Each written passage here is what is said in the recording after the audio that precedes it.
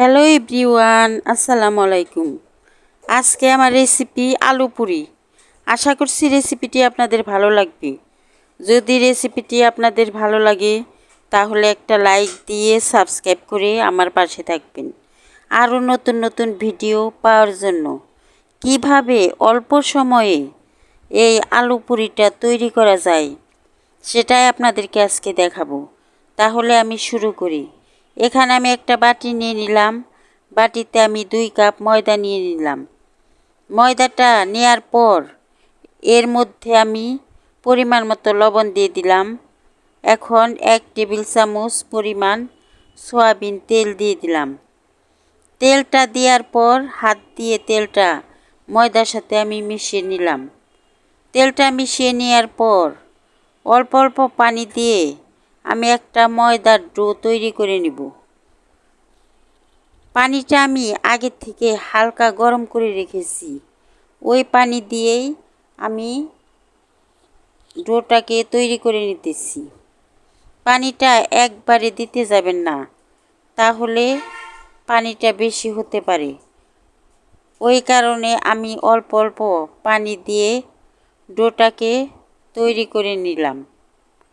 এখন এই ডোটাকে আমি ঢাকনা দিয়ে ঢেকে 10-15 মিনিটের জন্য রেখে দিব। এখন আলুর পুরির ভিতরে যে পুরটা দিব তা তৈরি করে নিব। এখানে আমি আলু সেদ্ধ করে নিয়েছি। এখন এর মধ্যে কি দিয়ে পুরটাকে তৈরি করব সেটা আপনাদেরকে দেখাবো। এখানে শুকনা মরিচ ভেজে গুঁড়ো করে নিয়েছি। পেঁয়াজের বেরেস্তা নিয়ে নিলাম। এখন এর মধ্যে অল্প একটু লবণ দিয়ে দিলাম। লবণটা দেওয়ার পর হাত দিয়ে ভালো করে লবণটা পেঁয়াজের বেরেস্তার সাথে মিশিয়ে নিলাম। এখন আলুটা ভালো করে ভেঙে এই পেঁয়াজের বেরেস্তা, শুকনা মরিচের গুঁড়া আর লবণের সাথে মিশিয়ে নিব। এখানে সরিষার তেল ব্যবহার করা যাবে না। সরিষার তেলটা ব্যবহার করলে পুরির ভিতরে পুরটা দেওয়ার পর বেলার সময় বেরিয়ে আসবে। এখন আমি যে ডোটা তৈরি করে রেখেছি তা নিয়ে নিলাম। আবারও হাত দিয়ে ভালো করে মথে নিলাম। এখন এর মধ্যে থেকে ছোট ছোট লিচি তৈরি করে নিব। লিচিগুলা আমি হাত দিয়ে ছিঁড়ে ছিঁড়ে তৈরি করে নিতেছি। লিচিটা তৈরি হয়ে গেছে। এখন এই লিচির থেকে আমি একটা লিচি নিয়ে ভালো করে আবারও মধ্যে একটা বাটি তৈরি করে নিব। দেখেন আমি বাটিটা কিভাবে তৈরি করে নিতেছি। এইভাবে বাটিটা তৈরি করে নিলে পুরির ভিতরে পুরটা ভরার সুবিধা হয়। ওই কারণে আমি বাটিটা তৈরি করে নিলাম। এখন এই বাটির মধ্যে আলুর যে পুরটা তৈরি করেছি তা থেকে কিছু পরিমাণ নিয়ে এই বাটির ভিতরে দিয়ে মুখটাকে আটকে দিলাম। দেখেন আমি কিভাবে মুখটাকে আটকে দিলাম। এইভাবে আমি সবগুলা পুরির ভিতরে পুর ঢুকিয়ে নিলাম। এখন আমার সবগুলা পুরির ভিতরে পুরটা ঢুকানো শেষ। এখন একটা পুরির নিয়ে আমি হাত দিয়ে ভালো করে চেপে চেপে একটু সরিয়ে নিলাম। এখন এই পুরিটাকে আমি বেলে নিব।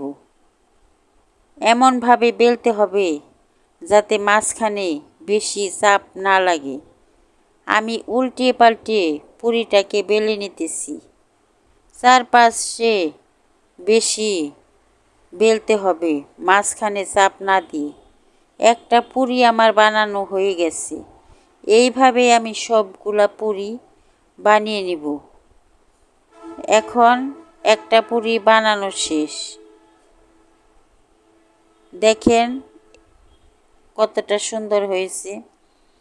এইভাবে আমি সবগুলা পুরি বানিয়ে নিলাম।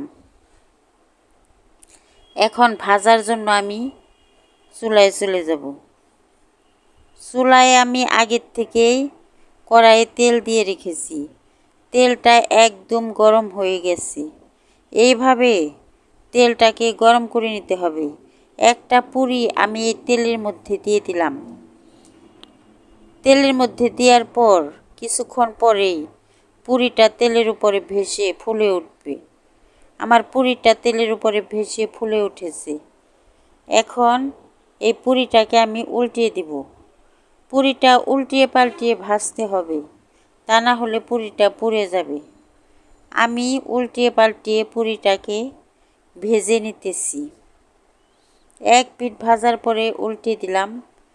আবার আরেক পিঠও আমি আবারও উল্টিয়ে দিলাম। এখন পুরিটা ভাজা শেষ। এখন তেলের থেকে পুরিটাকে আমি তুলে নিব। এইভাবে আমি সবগুলা পুরি তেলের মধ্যে দিয়ে ভেজে নিলাম।